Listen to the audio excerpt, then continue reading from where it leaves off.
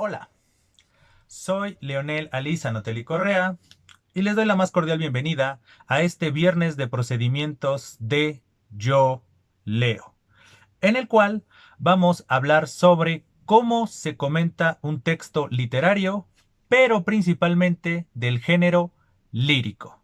Pues, sin más preámbulo, comencemos.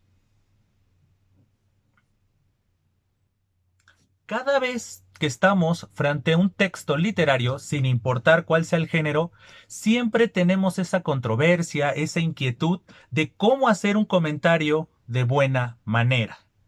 Y principalmente cuando estamos frente a un texto lírico, es decir, frente a un poema. ¿Por qué? Porque a veces tenemos por decirlo así, este prejuicio de que la literatura es muy elevada, entonces por lo tanto hay que tratarla con respeto y hay que cuidar todo. Y la realidad indica que hacer un comentario crítico literario simple y llanamente eh, nos obliga a leer sí con detenimiento y hacer algunas investigaciones, porque la literatura, así como cualquier disciplina, implica poder adentrarnos al objeto de estudio, en este caso, un poema. Entonces, vamos a ver cómo podemos hacer un comentario crítico literario. En otros videos, en este mismo canal, ya habíamos hablado el tema de la reseña, ya sea una reseña descriptiva o una reseña crítica, y sin importar cuál era el objeto. Pero en este caso nos vamos a enfocar particularmente en un texto lírico, es decir, un poema.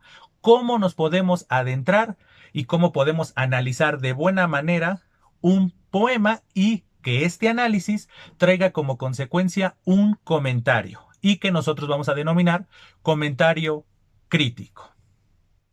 Para esto nos vamos a valer de un manual, de un texto que es importantísimo, que es fundamental y que desde mi perspectiva es un texto teórico en el cual podemos hacer nuestros primeros acercamientos a los comentarios críticos. No olvidemos que existe la teoría literaria y hay muchas perspectivas, hay muchas formas de acercarnos a un texto para poder hacer este comentario crítico. Pero uno de los textos más cercanos, más nobles en consecuencia, es este que les voy a presentar.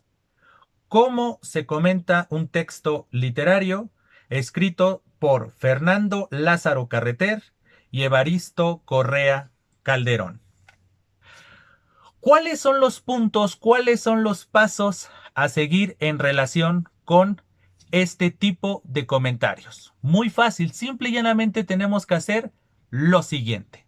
El primer paso, que aunque no lo diga el manual, pero se sobreentiende y se puede inferir, es leer el texto. Cada vez que nosotros estamos frente a un texto, en este caso un texto lírico, leámoslo y entendámoslo nosotros. Es decir, acerquémonos, hagamos una primera lectura para acercarnos precisamente a ese texto y entender de manera así muy superficial, por decirlo así, o muy elemental, lo que nos dice el texto. Después demos una segunda lectura para ahora sí, a partir de que ya no nos va a sorprender porque ya tenemos claro el texto, hacemos esta segunda lectura en miras de obtener ciertos datos, cierta información. Ya cuando hayamos hecho estas lecturas, que pueden ser 2, 3, 4, las que sean necesarias para que nosotros ya tengamos un entendimiento del texto que vamos a analizar y en consecuencia comentar, ahora sí seguimos los pasos que nos refiere Lázaro Carreter y Evaristo Correa. ¿Cuál es ese primer paso? El primer paso es la localización. ¿Qué es la localización? Todo texto está escrito por un autor y ese autor representa una época la mayoría de las veces, si no es que todas. Por lo tanto, en la localización lo que nosotros tenemos que referir es, por un lado, ciertos datos biográficos del autor o de la autora del texto que estamos comentando y por el otro, algunos aspectos histórico, pero principalmente de tendencia artística. Es decir, simple y llanamente pensemos que nuestro lector o el lector o la lectora de nuestro comentario crítico muchas veces no sabe de quién es el texto que estamos refiriéndoles. Entonces, ¿qué mejor forma de acercarlos al texto que dándoles esos datos? ¿Quién es el autor o la autora? ¿Y en qué época se escribió? Y algunos datos así muy puntuales para que nuestro lector o nuestra lectora entienda que ese texto no viene de la nada, no está en un universo nada más ahí volátil, etcétera, sino que ese texto representa tanto a un autor o a una autora como a una época y por lo tanto a un estilo literario o un estilo artístico en general. Ese es el primer aspecto que tenemos que considerar. El segundo aspecto es algo denominado la determinación del tema. Todo texto trata un tema. Entonces nosotros en el segundo o en los siguientes párrafos después de nuestra localización le tenemos que decir a nuestro lector o a nuestra lectora cuál es el tema del texto. No olvidemos que normalmente los temas de los textos simplemente se refieren en una palabra o en una frase muy breve. ¿Por qué? Porque es algo que sintetiza, algo que engloba todo el texto. Entonces, normalmente nosotros podemos ubicar el tema de un texto con una sola palabra. Amor, desilusión, terror, ilusión, reflexión, religión, inspiración en torno a la naturaleza. Como ven, son frases muy sintetizadas, muy pequeñas, que van a facilitar también al lector de nuestro comentario a que entienda el texto la mayoría de las veces. El tercer aspecto es la determinación de la estructura, es decir, cómo se estructura el texto. En el caso particular de la poesía, tendríamos nosotros que decir si el poema es de verso libre o sigue alguna estructura de las ya determinadas. Entiéndase un soneto, una décima, una lira, una oda, lo que sea.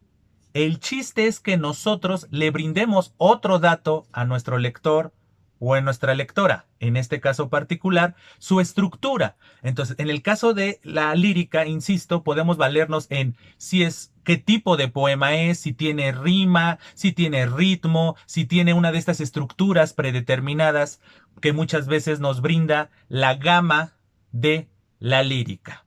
El cuarto aspecto es el análisis de la forma a partir del tema. Muchas veces nosotros nos podemos valer del manejo de recursos o figuras retóricas. Ese es el consejo que yo les puedo dar. Ya tenemos claro el tema, ya lo referimos después de la localización. Entonces, tal vez a partir del tema, a partir de la estructura, podemos hacer una fusión de estos dos conceptos de tema y estructura y nosotros analizar estos elementos morfosintácticos, el léxico, que desde una perspectiva literaria y más tratándose de un texto lírico, lo que podemos hacer es analizar algunas figuras retóricas. Ya es profundizar un poco de qué habla el texto y cómo lo habla. Aquí nos vamos a concentrar más en el cómo lo habla.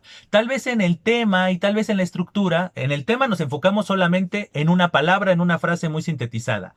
En la estructura tal vez nos enfocamos en aspectos, sí, de la estructura formal, que si tiene ritmo, que si tiene rima, qué tipo de rima tiene, pero también podemos complementar ese análisis con el análisis del argumento, de qué trata el poema de manera más extensa, ya no solamente desde una perspectiva temática, sino ya argumental, por decirlo así. Es decir, ya la forma desde una perspectiva ya más desglosada. En el caso particular de este cuarto momento, que es donde ya vamos a analizar la forma a partir del tema, nosotros nos tenemos que enfocar en los recursos. ¿Qué tipo de lenguaje usa? Si es un lenguaje coloquial, si es un lenguaje elevado, si es un tono serio, ese tipo de matices que muchas veces se representan de la mejor manera por medio de figuras retóricas.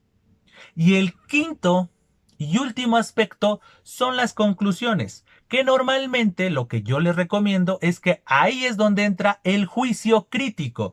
Si el poema es bueno, si el poema es malo, para nosotros. Nosotros ya hicimos el análisis, es decir, ya hicimos la localización, ya hicimos la determinación del tema, ya analizamos su estructura, ya analizamos su forma, y entonces a partir de ese análisis concienzudo, podemos hacer un juicio crítico. Si es que nuestra intención es hacer un comentario crítico. Si nuestra intención no es hacer un comentario crítico, si simple y llanamente es hacer un análisis formal del texto, esta parte de las conclusiones es eso: sintetizar, englobar nuestro análisis. Es decir, aquí en este poema podemos ver y ya, sintetizar lo que ya hemos dicho de manera desglosada, detallada en los otros 4 momentos, y con eso podemos terminar nuestro comentario de un texto, en este caso, lírico.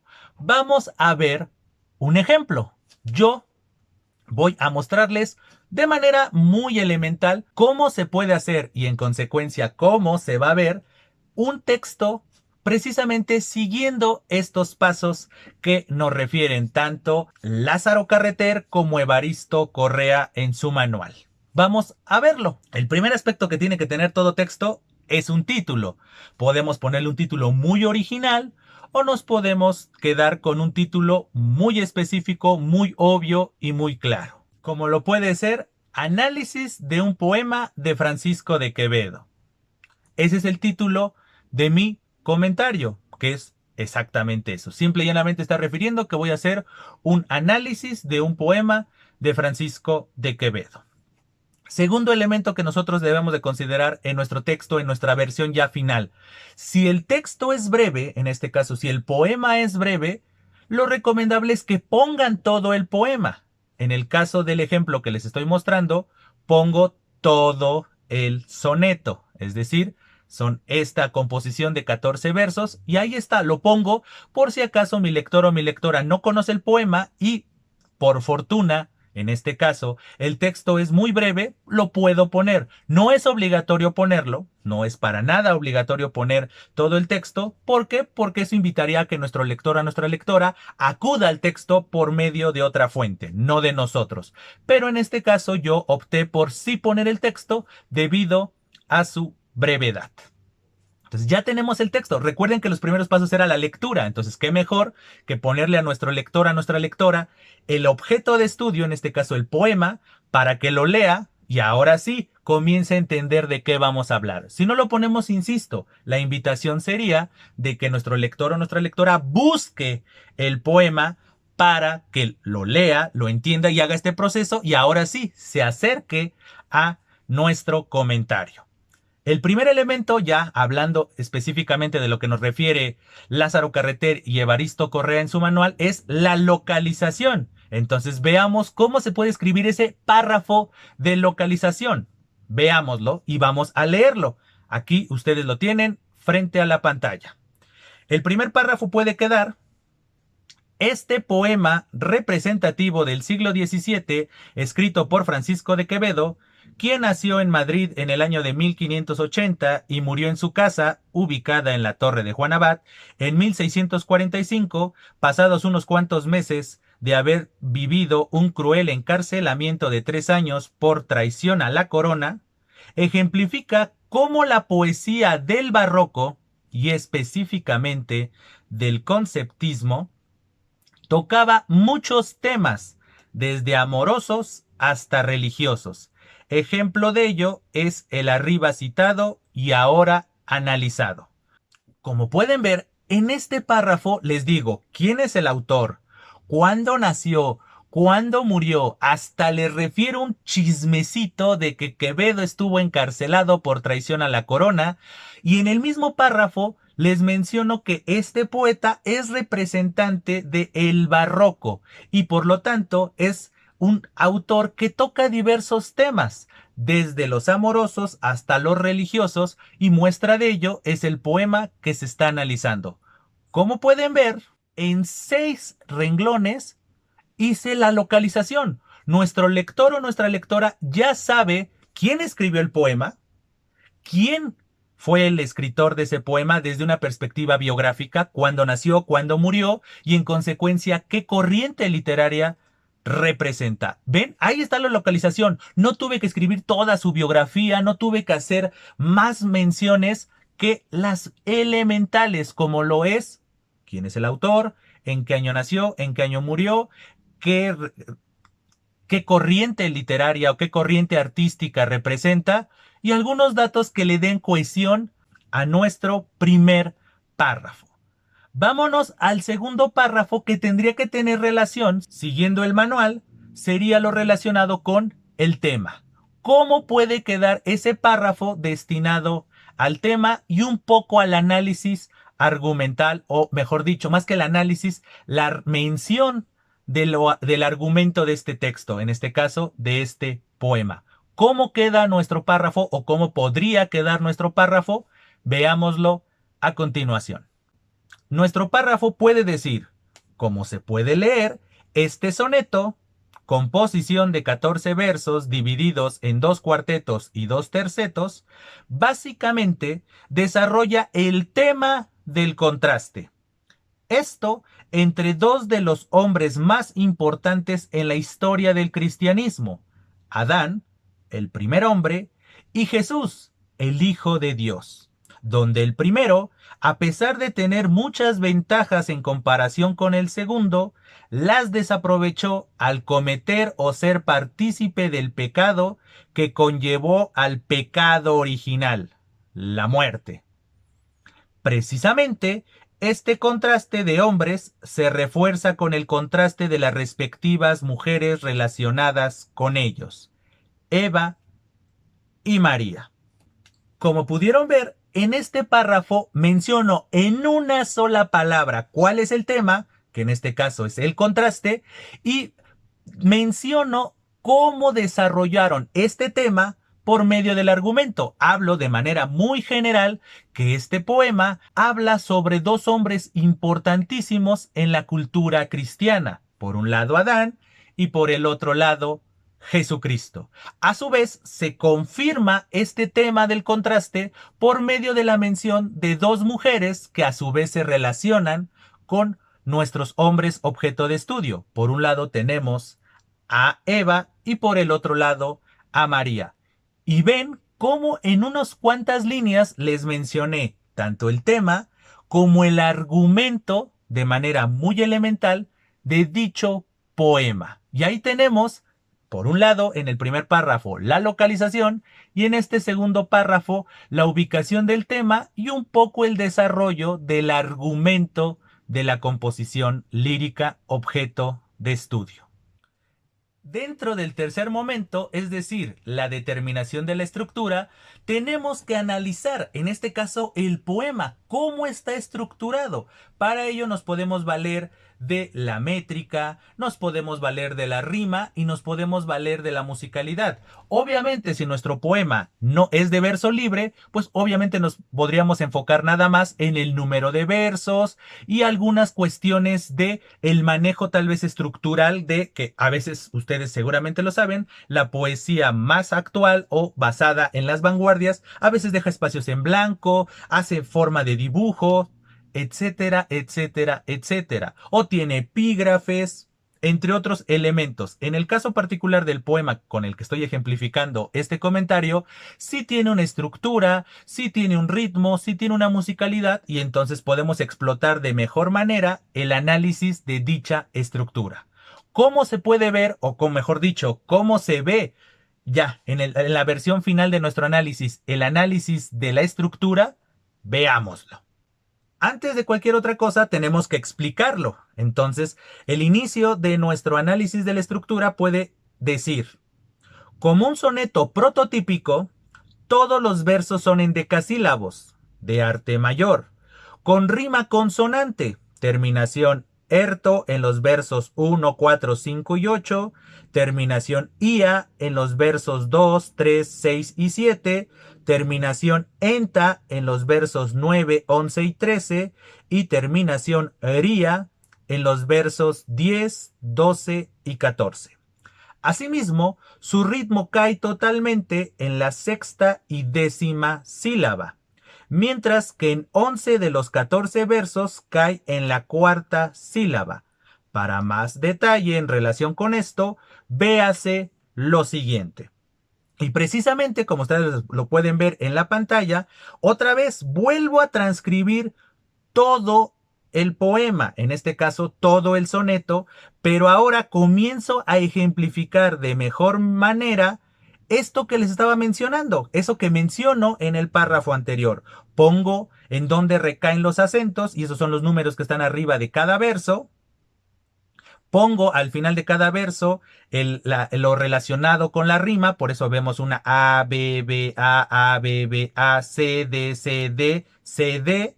Entonces ahí tenemos esos elementos. Otra vez está todo el poema como lo habíamos puesto al principio, pero en este caso estamos haciendo el análisis ya de manera clara, evidente, explícita de estos elementos que yo había mencionado solamente de manera muy elemental en el párrafo anterior. Ya se puede ver esto que mencionaba de que recaigan las sílabas tónicas en sexta y en décima, y que en la mayoría de los versos también recae en cuarta. Entonces, ahí está lo que estoy explicando. Ahí se está analizando. Esto es producto de un análisis. Esto es producto de una lectura concienzuda, que es lo que les decía al principio de este video y que es lo que debemos de hacer en todo momento. Ya tenemos estos pasos, ya tuvimos la localización, ya hablamos del tema, ya desarrollamos un poco el argumento del mismo poema, ya lo analizamos estructuralmente, y entonces ahora podemos analizar la forma desde la perspectiva de la temática. Ya tenemos claro quién es el autor, cuál es el tema, de qué habla el poema de manera un poco ya más desarrollada, ya hablamos de su estructura, entonces ahora podemos hablar de su forma.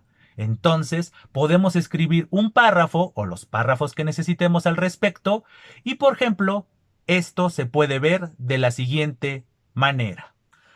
Además de lo anterior, la fuerza del soneto escrito por el poeta madrileño y autor de la novela El Buscón recae en sus figuras retóricas. La que más sobresale, además de la antítesis, es la anáfora, que podemos vislumbrar en el uso recurrente de la palabra él, la cual encabeza los versos número 2, 3, 5, 8 y 12. Y viéndonos un poco fónico-fonológicos en los versos 9 y 10, pues el acento no hace ninguna diferencia. Como ven, no profundicé demasiado, no hice un análisis súper estructurado, solo mencioné una figura retórica.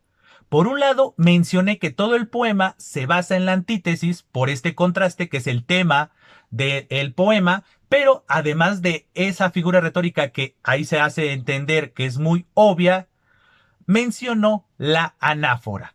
Pero si yo viera más figuras retóricas, si yo tal vez quisiera hacer más detallado mi análisis o quisiera hacerlo más profundo, puedo valerme de otros. El manejo de ciertos aspectos históricos, la mención o el uso de otras figuras retóricas, etcétera, etcétera, etcétera. En el caso del ejemplo que le estoy poniendo, es un ejemplo muy pequeño. Es casi para un trabajo escolar o para dar los primeros pasos en este tipo de críticas, en este tipo de análisis. Y como les decía, dejemos para el último párrafo el comentario crítico. En el caso del ejemplo que les estoy poniendo, vamos a hacer un comentario crítico, vamos a dar un juicio de valor. Pero como les decía, nosotros podemos hacer un comentario de un texto literario, en este caso de un texto lírico, sin hacer ningún juicio de valor, simple y llanamente sintetizar todo y punto. Pero si nosotros queremos hacer un juicio de valor, lo podemos hacer, pero no lo olviden, lo debemos de hacer al final,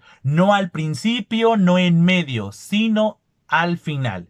¿Y cómo se puede ver esta parte final en un trabajo? Se vería de la siguiente manera.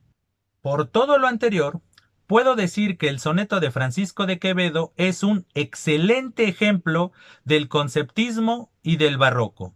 Lo primero, debido al excelso uso de la semántica en torno a un tema, el contraste, mientras que lo segundo, debido al preciso uso de los ornamentos que brinda el lenguaje para poder referir un tema tan conocido en el ámbito religioso cristiano, pero de manera diferente, cualidad que ratifica el por qué Quevedo es uno de los más grandes poetas en lengua española de la historia. Como lo pueden ver en este párrafo, no solamente me enfoqué en el texto, sino también en el autor. ¿Por qué? Porque este tipo de análisis es de carácter crítico, por lo tanto se hace un juicio. Esto lo pueden ver principalmente en el uso de adjetivos. Excelso, excelente.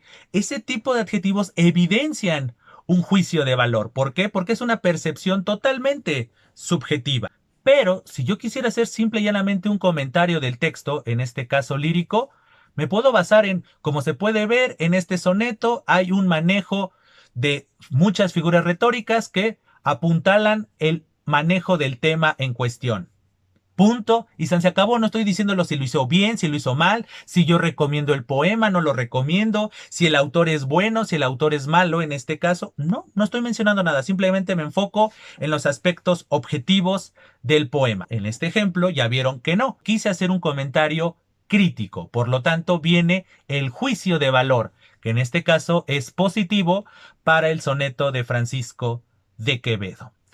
Como pueden ver, hacer un comentario de un texto lírico no es nada difícil, simple y llanamente es práctica, es lectura, análisis y tener el valor, perderle el miedo a que lo que digamos está mal. Como ven, simple y llanamente es estudiar, es cuestión de ensayo y error.